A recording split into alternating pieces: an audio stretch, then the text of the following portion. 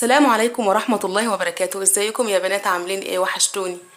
النهاردة زي ما انتم شايفين كده معايا هعمل معاكم الرقاق البلدي الفلاحي. وزي ما انتم شايفين انا محضرة كل الادوات بتاعتي اهي قدامي: المطرحة واللوح والعجلة اللي بتقولوا عليها النشابة، وكل حاجة معايا اهي قدامكم. حبيت اخبز لكم على الطبلية كده عشان نعيش مع بعض في جو الريف الجميل. انا كنت اقدر اخبزه على الرخامة، بس انا حبيت كده اقعد اخبزه معاكم كده على الطبلية. فان شاء الله يلا نخبزه مع بعض ونشوف هنحتاج معاه ايه للعجين، ونشوف مع بعض كده. يلا بسرعة عشان ما نضيعش الوقت، تابعوني. تعالوا يلا نشوف معايا المقادير مع بعض. معايا ده اللبن الرايب اللي انا قلت لكم عليه، وحاطه عليه شويه الخض اللي بقوا مني من فيديو السمنه اللي انا كنت عاملاه معاكم. ومعايا هنا حوالي كوبايه سمنه مسيحه على النار بس بارده. ومعايا كمان هنا ده دقيق اللي هفرد عليه الرق وانا بخبزه، ورشه ملح. ومعايا هنا كيلو دقيق. يلا بقى نعجن مع بعض بسرعه. هجيب الدقيق قدامي هنا كده اهو، يا رب يكون واضح. اول حاجه يا بنات هحط اللبن الرايب، بس يعني مش هحطه كله، هنزل كده شويه بايدي زي ما انتم شايفين كده.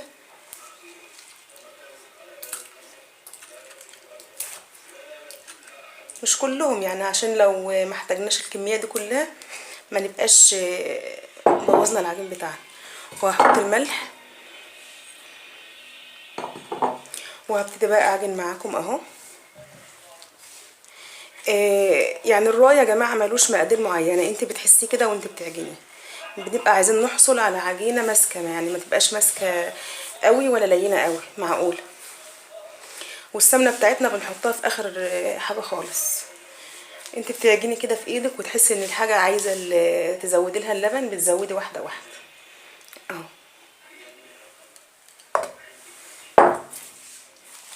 بالشكل ده كده. تفضلي تعجني فيه، وفي الاخر خالص بعد ما تحسي ان خلاص العجينه بقت كويسه ولمت من الطبق بتاعك بتحطي السمنه خلاص. فعايزه اقول لكم في ناس بتعجن الرق ده بلبن حليب، ده عادي برضو. وفي ناس برضو بتعجنه بميه، وده برضو عادي، وكل الاحوال بتبقى كويسه. بس انا بحب اعمل الحاجه على اصولها، يعني طالما متوفر عندي اللبن الرايب لازم اعجنه بالحاجه المتوفره عندي، طالما دي الاصل بتاعها وده اللي هيخليها تطلع النتيجه المظبوطه. هكمل، هحط بقيه اللبن بتاعي وهكمل عجين وهرجع لكم تاني. خلاص اهو يا بنات انا خلصت العجين كله اهو. زي ما انتم شايفين الطبق نضيف خالص معايا اهو. العجينه بتاعتي اهي ما بتمسكش في الايد اهي، يعني ولا جامده قوي ولا طريه قوي. هبتدي بقى ايه احط معاكم السمنه دلوقتي واحده واحده برضو اهو. طبعا السمنه دي احنا مسيحينها بس برضو ما سخناهاش قوي اهو. ممكن نحتاج كميه السمنه دي كلها وممكن ما نحتاجهاش برضو، يعني عشان اقول لكم ان الموضوع دوت بتاع العجين ده بالذات ما بيحتاجش مقادير معينه، انت بتحسيه بايدك اهو بالشكل ده كده. لانك لو كترت السمنه زياده عن اللزوم ممكن العجينه تتقطع منك وانت بتخبزيها وتكون ناعمه زياده عن اللازم. انا كده ما احتاجتش الكميه كلها اهو، يعني فاضل مني الشويه دول مش هحطهم بقى، انا كده خلاص استكفيت. وهكملها كده عجين معاكم اهو.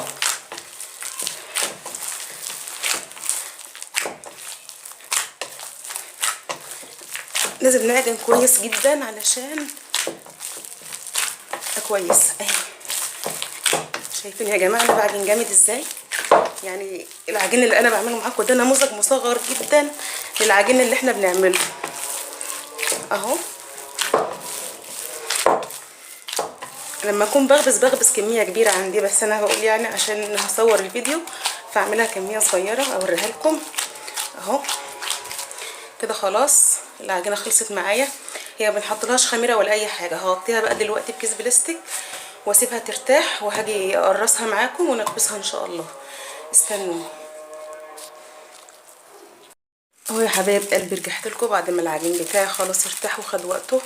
هشيل بقى الكيسه كده من عليه ومحضره معايا صينيه اهي هقرص عليها العجين. هاخد بقى الدقيق بتاعي ده وافرد كميه كده كويسه على الصينيه علشان اقرص عليها وما يلزقش مني. طبعا الدقيق ده منخول اهو. هقرص بقى دلوقتي معاكم، وبعد برضو لما نقرصه هنسيبه يرتاح تاني علشان لما نيجي نخبزه يكون كويس معانا كده واحنا بنخبزه، ما يتعبناش وهو بيتفرد، يكون سهل في الفرد اهو. حجم بقى التقريصه بتاعتك زي ما تحبي يعني اهو كده. انا هو ده الحجم المناسب بالنسبه لي، عايزه تكبري عايزه تصغري طبعا براحتك اهو. انا بعملها كده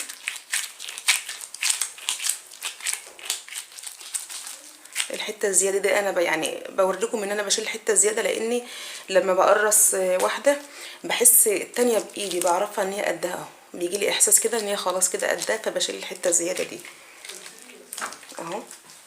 عايزه اوريكم طريقه تانية لتقريص العجين، طريقه سهله برضو اهي. بتاخدي كميه كبيره كده وتعملها كده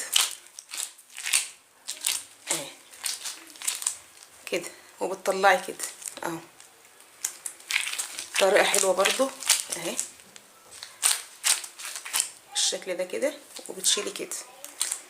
هكمل تقريص بقيه الصينيه وهرجع لكم تاني اهو يا بنات. خلاص انا خلصت تقريص الكميه كلها بتاعتي، اتبقى حته صغيره كده قرصتها برضو هبسها مش هرميها اهي. دي بقت من يعني وانا بقرص هي دي اللي اتبقت بقى، فمش هي مش نفس الحجم بتاعهم، بس برضو هبسها يعني مش هترمي. هغطيها بقى دلوقتي اهو هترتاح تاني علشان واحنا بنغبسها زي ما قلت لكم تكون سهله معانا كده وتتفرد بسرعه وبكل سهوله. هغطي العجين بتاعي اهو على ما اولع الفرن بتاعي وامسحه مسحه كويسه كده واظبط الدنيا كده حواليا، هيكون العجين ده ارتاح واجي اخبزه معاكم ان شاء الله. بنات انا ولعت الفرن بتاعي خلاص اهوت عشان يبتدي يسخن كده على مخبز، لان ما ينفعش نحط الرقاق والنار بارده، لازم يكون النار عاليه، لان احنا بنحطه يا دوب بس كده يعمل نقط صفار كده على الوش، يعني نقط صفرا ما بنحمروش قوي وبنطلعه على طول من الفرن. هبتدي بقى دلوقتي اخبز معاكم اهوت. يلا نبتدي بقى ونبطل رغي، تابعوني. يلا بقى يا حبايبي نبتدي الشغل. انا حضرت هنا معايا ده اللوح بتاعي اهو، لو برضو اخبز على الطبليه ديت على ارضيه الطبليه برضو مفيش مشكله، بس انا بفضل احط اللوح كده على الطبليه واخبز. بجيب كده كميه من الدقيق بتاعي وافردها كده على اللوح اهو، وباخد رقاقه كده معايا اهي وابتدي بقى اخبز فيها كده. انا خايفه الفيديو يطول عليكم، بس يعني حابه اوريكم كل التفاصيل وما افصلش الفيديو ابدا اهو. ما بنحطش دقيق على الوش خالص يا جماعه علشان السمنه بتاعته تبان فيه كده ويكون وشه بيلمع. ببتدي بقى اشتغل بالنشابه بتاعتي اهي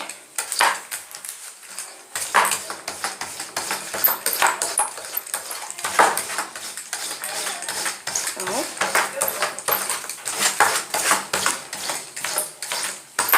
انا عندي نشابه من الثانيه بس بفضل دي بصراحه، بحس كده ان انا بتملك بيها اهو. هفضل كده افرد في العجينه لحد ما احصل على الدايره اللي انا عاوزاها، اكبرها شويه كده، وعشان ما اطولش عليكم هفضل اغبسها كده، هلف عليها بالمنظر الدايره ده، باخدها كده وكده اهو. بحاول يا بنات وانا بخبز الرقاق ده بالذات ما باجيش كده من نص العجينه من هنا كده، لا من على الحوافي كده من على الاطراف، وبشتغل كده اهو عشان لو فضلنا نخبز من نص العجينه النص بتاعها بيرق كده وبيتحرق معانا في الفرن. بفضل اخد كده دايره من العجينه كده اهو. عايزه بس احاول اخلص دي معاكم علشان تشوفوها كلها، وبعد كده هعمل الباقي لوحدي وهوريكم اهو. ومن وقت للتاني كده بهز اللوح بتاعي بالمنظر ده كده علشان ما تلزقش. انا طبعا حاطه لها كميه دي كويسه اهو. بلف اللوح بتاعي كده طول ما انا شغاله علشان اهو شايفين. عايزه اقول لكم يا بنات ان احنا لازم كل حاجه نعملها في البيت، لان والله احنا مش ضامنين حاجه بره دي بتبقى معموله ازاي.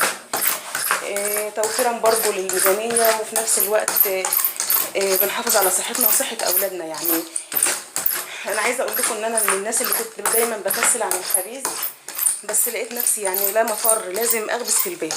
طالما انا بعرف اخبز وكل الحاجات موجوده في بيتي، الدقيق موجود واللبن موجود وكل حاجه موجوده، وحتى لو كنت اشتريه برضو اعمل في البيت. قلت لا انا لازم اتشجع كده واخبز. ويلا يا بنات تشجعهم، لو انتم كنتم كسولين زي كده تشجعهم وهاتوا دقيق واخبزوا، لان بجد بتبقى متعه حلوه قوي انك تخبزي في البيت وتاكلي من عمايل ايديك. يعني حتى بتحسي كده ان اولادك بيبقوا قاعدين حواليك وانت بتشتغلي والحاجات دي كده، وبتبقى لمه كويسه والله. يعني احنا زمان ايام جدتي ما كانت عايشه الله يرحمها، كانت العيله كلها بتتجمع في البيت بتاع جدتي ده وبنخبز كلنا فيه في الفرن الفلاحي بقى. مش عايزه اقول لكم اللمه بتاعتها حلوه قد ايه. دلوقتي بقى خلاص الدنيا كلها بقت مشغوله عن بعضها، بس بنحاول نتلم كلنا في بيت العيله كده لو في مناسبه فرح ولا اي حاجه، وبنخبز كلنا مع بعض. ولو ما تلمناش كل واحده بتخبز في بيتها برضه. انا هكملها كلها كده وهوريها لكم في الاخر هتكون عامله ازاي، علشان انا رغيت كتير ومش عايزاكم تزهقوا مني، بس انا بجد بحبكم وعايزه افضفض معاكم كتير كده. فاستنوني على ما اخلصها وهرجع لكم تاني.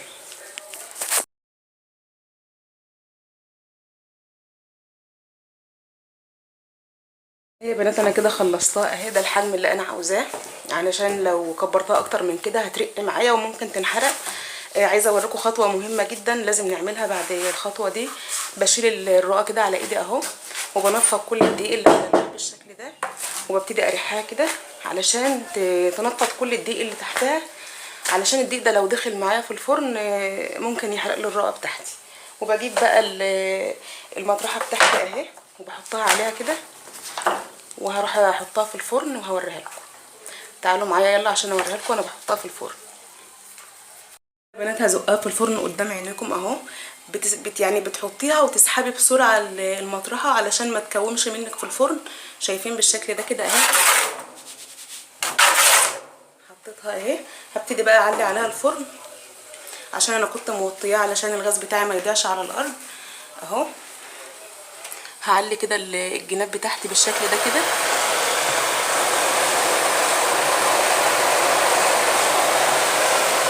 ومش هفصل الفيديو خالص يا بنات علشان تشوفوا بنفسكم مراحل السوا بتاعتها يعني علشان انا مش عايزه افصل، تشوفوها واحده واحده معايا. ومعايا العود بتاعي اهو. متعه يا بنات والله العظيم، وانتوا بتكونوا بتعملوا كده الحاجه في بيتكم وما بتشتروهاش من بره، وبتقفوا كده على الطوابين بالطابور وبتتعبوا جدا على ما تجيبوا الحاجه. وليه بقى لازم نعمل كل حاجه في البيت؟ طبعا عايزه اقول لكم ان انا مسحت الفرن ده كويس جدا بفوطه مطبخ مبلوله كده، مخصصاها ليه بالظبط. يعني لما اكون بخبز مخصصاها للفرن ده بالذات، ما بعملش بقى حاجه تانية غير كده، بمسح بقى الفرن كويس جدا بتبقى مبلوله. شايفين يا بنات دلوقتي الرقه بتاعتي اهي بدات، شايفين الفقاقيع اللي بتعمل فيها ديت هي كده بدات في مرحله النضج. شويه كده وهلفها معاكم. العود بتاعي له ناحيتين اتنين، الناحيه دي كده بلف بيها العجين، والناحيه دي كده بحطها تحته وبشد بيها. الرقه بتاعتي بدات تستوي اهي، بلفها كده يا بنات علشان ربما البلاطه بتاعتي تكون سواها مش واحد، فلازم الفها معاكم كده بالراحه بحذر علشان ما تتقطعش مني اهي.